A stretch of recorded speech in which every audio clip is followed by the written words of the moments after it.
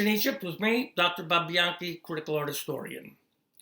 I would like to share with you a little bit of information about this object called an ampulla, A-M-P-U-L-L-A, so called because it is a special lentoid-shaped flask with two handles, reminding one of a World War I canteen, perhaps. The principal image on the front is a standing man, flanked on either side by a recumbent camel lying on the ground. This object is known as a St. Menas Ampulla. And the reason for it is St. Menas was an early Christian saint.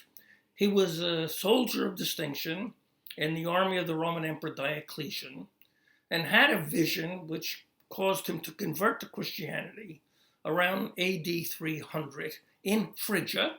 Phrygia is an area in central Anatolia, Turkey today, and he was beheaded.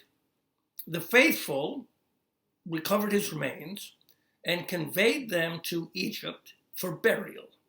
Now, en route to where they thought would be the destination of the interment, the entourage was accompanied by two camels, and the two camels are represented on this flask. And the two camels refused to move. They sat down on the ground. And the entourage conveying the body said, aha, this is perhaps preordained where we should bury Menas. So Menas was buried on the spot where the two camels sat down. Shortly after his interment, the site became a pilgrimage site working miracles, and in time, a large religious complex was erected on the site. That religious complex is known as Abu Mena, 31 miles southwest of modern Alexandria.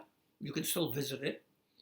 In 2001, UNESCO deemed it a World Heritage Site in danger because of the encroaching water. And between the 5th and 7th century AD, pilgrims came and they purchased one of these mold-made flasks, and they went to the sanctuary, and there was an altar with a crypt with the remains of St. Menas in it, and there was a jar, and that jar contained sacred holy oil. And the religious pilgrims, Christian pilgrims at that time, went to that site and filled the jar with holy oil that they could then use for religious purposes in their private Christian devotions. So what we have here today is a reminder of the origin, an early example of a pilgrimage by Christians.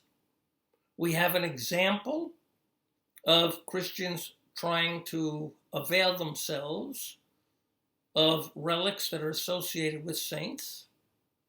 And we have a very, very important lesson about the centrality of ancient Egypt in the development of Christian traditions.